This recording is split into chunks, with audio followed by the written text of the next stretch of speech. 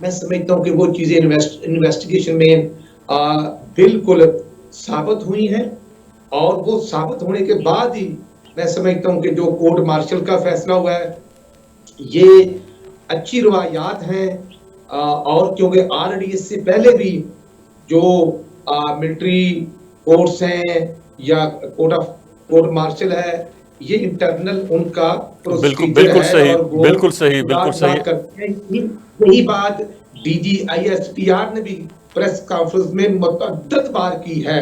اس لیے میں عرض کرنا چاہتا ہوں کہ آج پی ٹی آئی کا ان سے لا تعلقی جو ہے یہ سمجھ سے بالاتر ہے، کیونکہ وہ ان سے مستفید بھی ہوتے رہے ہیں، اور جب ان کی گورنمنٹ تھی ان سے کورم بھی اسمبلی کے پورے کرواتے تھے، اور ہر لحاظ سے ہم جیسے پولیٹیکل ورکرز کو جس طرح وہ پریشرائز کرتے تھے، کرواتے تھے، یہ میں سمجھتا ہوں بالکل کہ صحیح، ایک پی ٹی آئی کا آپ کا اپنا مائنڈ موقف آ سیٹ گیا۔ ہے، ڈاکٹر صاحب آپ کی طرف آتے ہیں۔ نہیں آنی چاہیے تھی، لیکن آئی، بال اور آفٹر ریٹائرمنٹ میں سمجھتا ہوں کہ جو آرمی کے رولز ہیں، اگر آفٹر ریٹائرمنٹ کوئی شخص کسی چیز میں ملوث پایا جاتا ہے تو پھر ان کا پیرامیٹر جو ہے قانون کے مطابق اس کی پروسیجر کو اڈاپٹ کیا جاتا ہے، اور بالکل اس صحیح کی ڈاکٹر سزا صاحب۔ ہوتی ہے تو پھر اس کی سزا جی ٹھیک ہے رانا صاحب، محدود ہے۔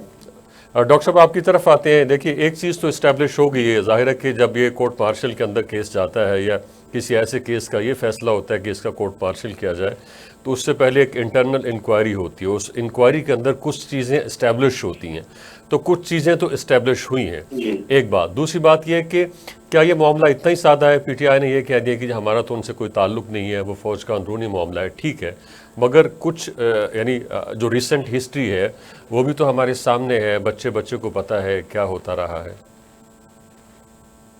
بسم اللہ الرحمن الرحیم۔ شیخ صاحب دیکھیں، بہت ہی ایک سلگتا ہوا موضوع ہے جس پر آپ نے یہ بات کرنے کا موقع دیا ہے، لیکن بہرحال میں اس پہ بہت مختصر سی دو چھوٹی چھوٹی گزارشات آپ کی پیش خدمت کرنا چاہتا ہوں اور اپنے ناظرین کے۔ پہلی بات یہ ہے کہ ٹھیک ہے جو کچھ بھی یہ ہوا ہے، یہ میں ذاتی طور پہ سمجھتا ہوں پی ٹی آئی کا الگ موقف ہوگا کہ یہ پاک فوج کا ایک انٹرنل سسٹم ہے یا ایک ادارہ ہے، اسے ایگری کرتا ہوں میں، لیکن میں یہاں یہ ضرور کہنا چاہوں گا کہ یہ بات انصاف کو قتل کرنے کے مترادف ہوتی ہے دنیا میں، کہ جب کوئی شخص پاور میں ہو، جب وہ اپنے عہدہ پر ہو، اور جب وہ چیز ایکسرسائز جس کو کوئی جرم کہا جائے یا غلطی کہا جائے یا کوئی ایک ارتکاب کہا جائے کسی گناہ کا یا کچھ بھی کہہ لیں آپ، تو وہ اس وقت کوئی بھی چیز جو ہے وہ کھڑی نہ ہو اس کے آگے، کوئی بھی اس کو انویسٹیگیٹ کرنے کے لیے انیشیٹ نہ کرے، کوئی بھی اس کو چیک اینڈ بیلنس نہ ہو، اور جب وہ اپنے اقتدار اور اس پہ طاقت سے ہاتھ دھو بیٹھے اور کوئی اس کے اپوزیشن یا اس کے مخالف بیلٹ کا یا مخالف کیمپ کا بندہ کوئی اوپر آ جائے اور وہ اس کو کہے نہیں جی اس نے یہ کام خراب کیا، تو یہ تو بڑا ایک عجیب طرز عمل ہے۔ میں تو خیر اس میں ذکر میرا ذاتی خیال ہے، تو مجھے تو یہ بات یہ ہضم نہیں ہوتی ہے کہ آپ جب ایک کوئی شخص چاہے وہ کتنا بھی پاورفل کیوں نہ ہو، جب وہ غلط کام کا ارتکاب کر رہا ہے تو کہاں سوئے ہوئے آپ کی، اگر آپ کی کوئی ویجیلنس ہے، کوئی انٹیلیجنس ہے، کوئی آپ کا چیک اینڈ بیلنس ہے، کوئی آپ کی کوئی کسی قسم کی آپ کی کوئی ایک سسٹم ہے جس میں کوئی پوچھ پرتیت ہوتی ہے، تو وہ کدھر تھا؟ دوسری بات، ابھی رانا صاحب جو ہے محترم ماشاءاللہ انہوں نے بھی ایک الزام عائد کر دیا کہ جی مجھ جیسے بندے کو ورکر کو بھی وہ پی ٹی آئی جو ہے نا یا وہ فوج کی مدد سے پریشرائز، اور بھائی اگر آپ کو پریشرائز کیا جائے بتاتے کیوں نہیں؟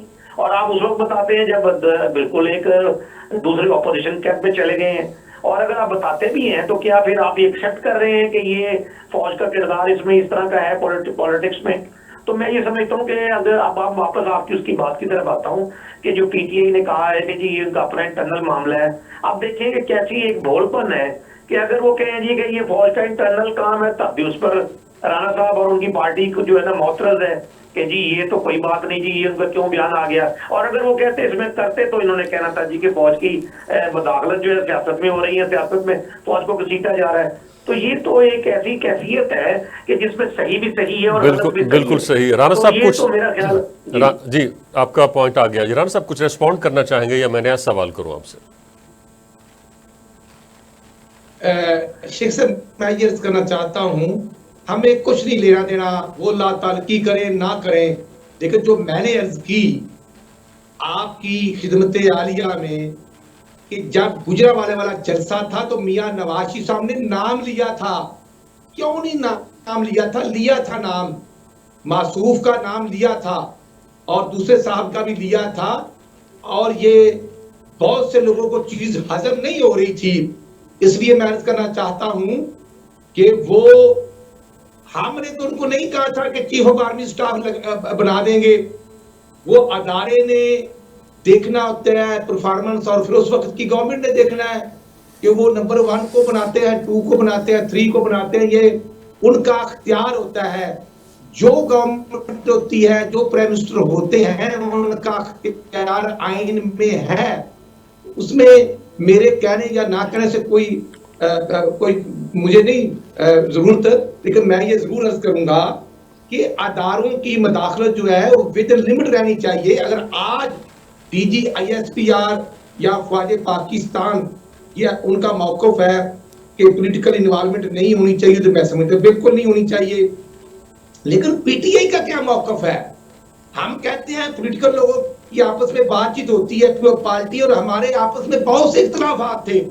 90 کی دہائی دیکھیں, 88 کو دیکھیں, آپ 96 کو دیکھیں, تو اس کے باوجود ہم آپس میں بیٹھے, ہمارا میثاق جمہوریت پر سائن ہوئے, اور اس کے بعد پھر ہم نے محترمہ بینظیر بھٹو صاحبہ, میاں نواز شریف صاحب نے ڈائیلاگ کیے, اور الٹیمیٹلی 2008 میں الیکشن میں ہم اپوزیشن میں بیٹھے اور پیپل پارٹی کے پاس گورنمنٹ تھی. ہم نے وہاں اپنا پوائنٹ آف ویو دیتے رہے بطور اپوزیشن, لیکن گورنمنٹ جو میں سمجھتا ہوں PTI کے پرائم منسٹر تھے, اس لیے میں عرض کرنا چاہتا ہوں کہ 25 صحیح, وہ رانا صاحب وہ تو کو سسٹم اتنا فعال نہیں ہے نا کہ وہ کسی کو پکڑ سکے یا پھر چیزیں خود بخود ہو سکیں, اسی لیے جو شخصیات ہوتی ہیں وہ سسٹم سے بڑی ہو جاتی ہیں. آپ ٹھیک کہتے ہیں, آئین یا سسٹم سے بالاتر کوئی نہیں ہوتے.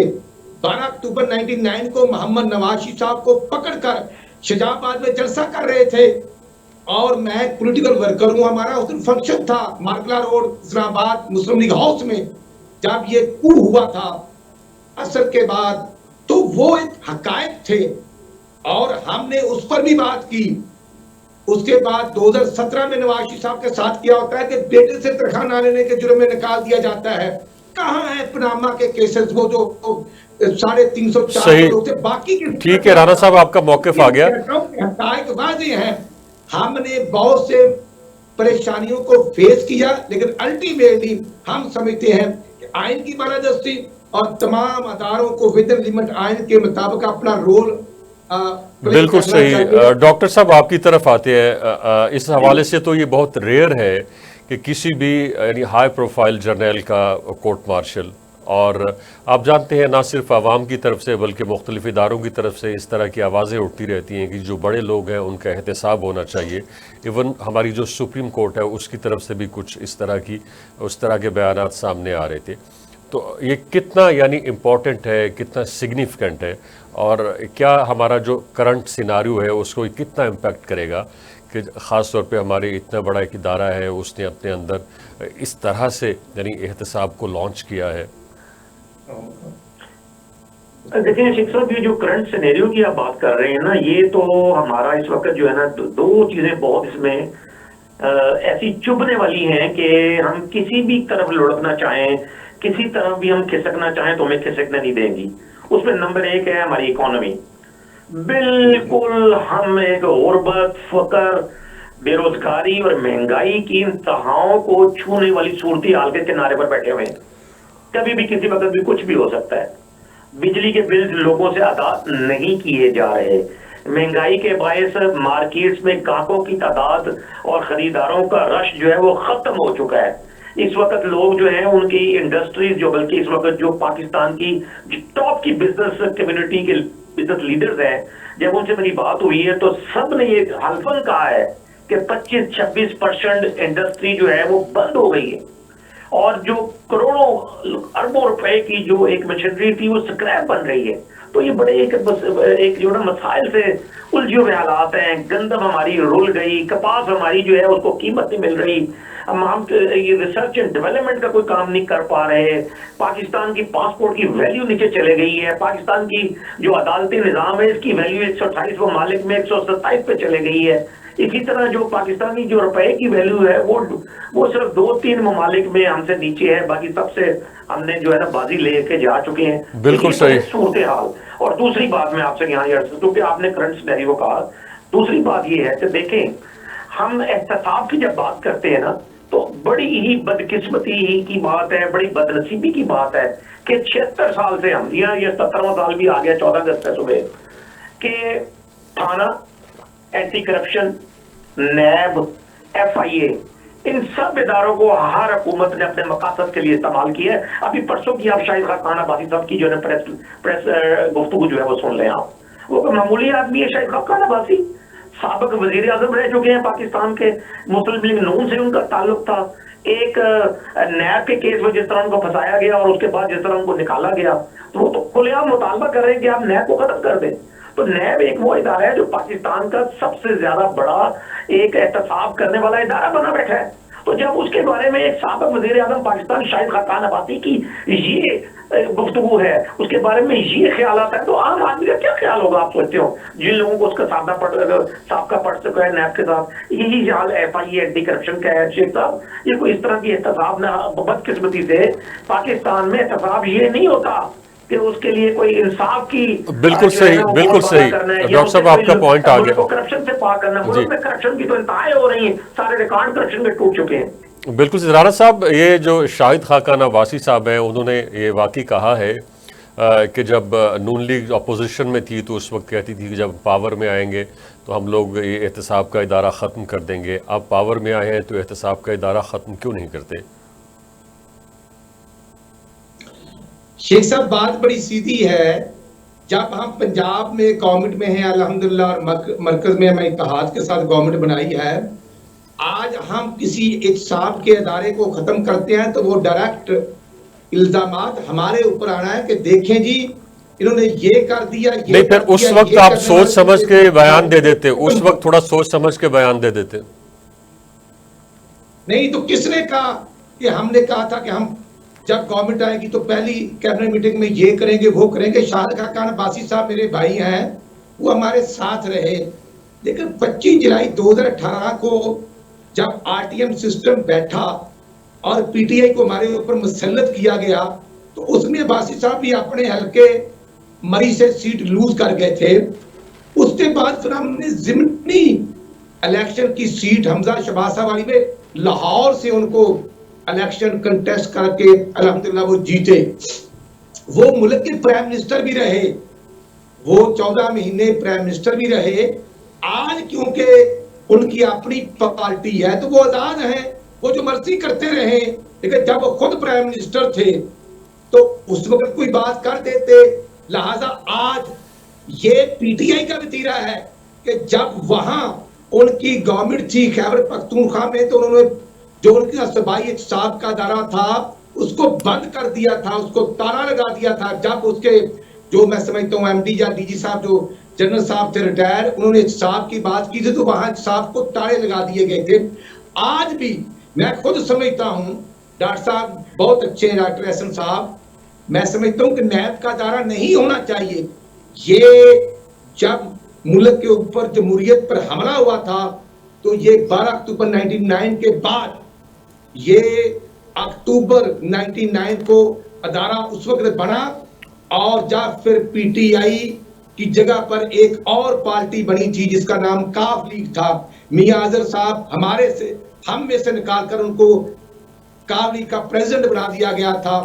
پھر محمود قصوری صاحب اور ایک پوری لاٹ کو وہاں پر بھیج دیا گیا تھا.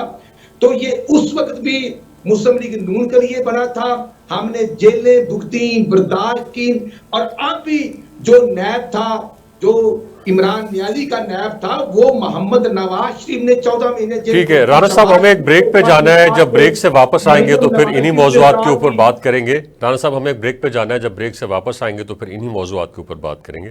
ہمارے